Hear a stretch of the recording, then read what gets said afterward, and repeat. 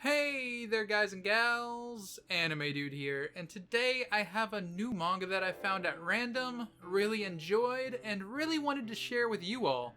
Now only one chapter is out so far, and it's a monthly series, but I saw where it's going to be simultaneously published on a global scale alongside the Japanese release, and figured why not give it a go.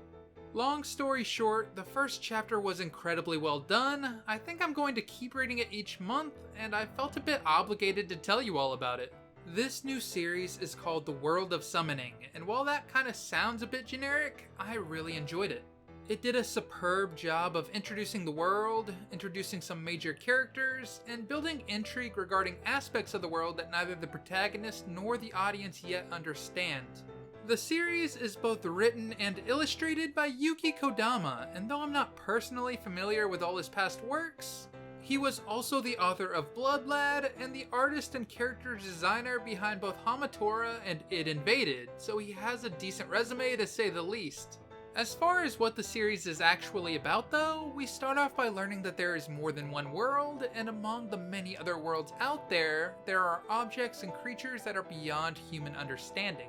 No one knows when it all started, but humans eventually recognized that creatures from these alternate worlds were suddenly appearing and then disappearing almost right away. Now, human nature dictates that we tend to fear and discriminate against things that are beyond our understanding, and these mysterious creatures that began appearing one after another definitely tick that box. Moving on to the introduction of our protagonist, his name is Tokoyo, or Tokoyo, and that's his whole name. He doesn't have a last name, it's just Tokoyo. But while he's a bit plain looking, the thing that makes Tokoyo unique is that he was born and raised in the Fantasy District, an area dedicated towards the beings that were summoned to the human world. Likewise, every resident that lives there had essentially been separated from their own world and loved ones. It seems like a relatively tight-knit community since all they really have is one another. Despite being a human himself, Tokoyo is one of the few humans that lives in the Fantasy District, and thus his entire worldview is one that understands the summoned individuals more than he understands humanity. We start off the series with him going to Tokyo to go to school and become a summoner, that way he can help to grant the wishes of those he grew up alongside. Pretty standard start to what seems like a pretty standard series. But on his way to Tokyo, we learn that the only beings allowed to leave the Fantasy District and set foot in a human city are those that humans have already understood and can recognize. Other creatures, including some that he grew up with, aren't permitted such freedoms. I don't want to spoil all the events of what happens once he reaches Tokyo, but I find it fascinating that his worldview is so inherently different from other humans due to his upbringing. Dealing with the cruel reality beyond the confines of where he grew up, and realizing his own naivete regarding the reality behind summonings is an inevitability. By the end of this first chapter, our protagonist is already realizing how little he truly knows. I imagine that going forward, he'll strive to become a bridge between humanity and the summoned otherworlders in one way or another, though only time will tell.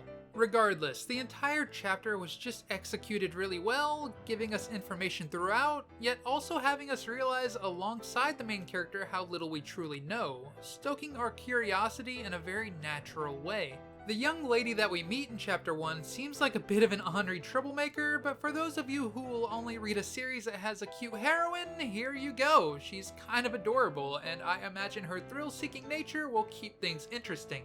To my surprise, both of our bodyguards have pretty distinct personalities as well. Sayaki in particular comes across as a ruthless realist who has a disdain for the summoned creatures that interfere with the ordinary state of affairs in the human world.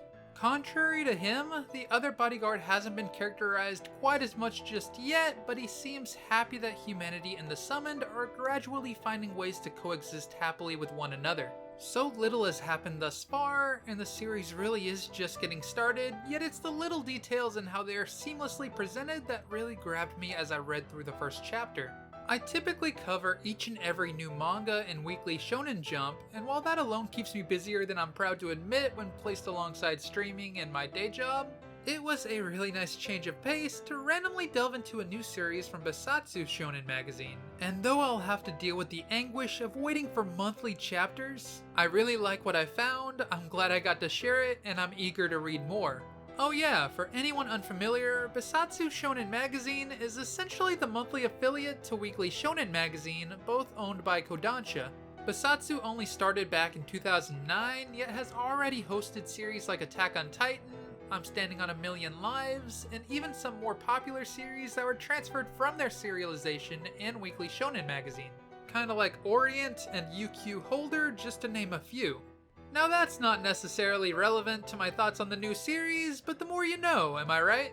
Regardless, I'll leave a link to the website where this series can be officially read down in the description below, so if you do check it out, let me know how you like it. If you don't think it's for you, then no worries, there's tons of manga out there, so just let me know which ones you'd like for me to delve into going forward.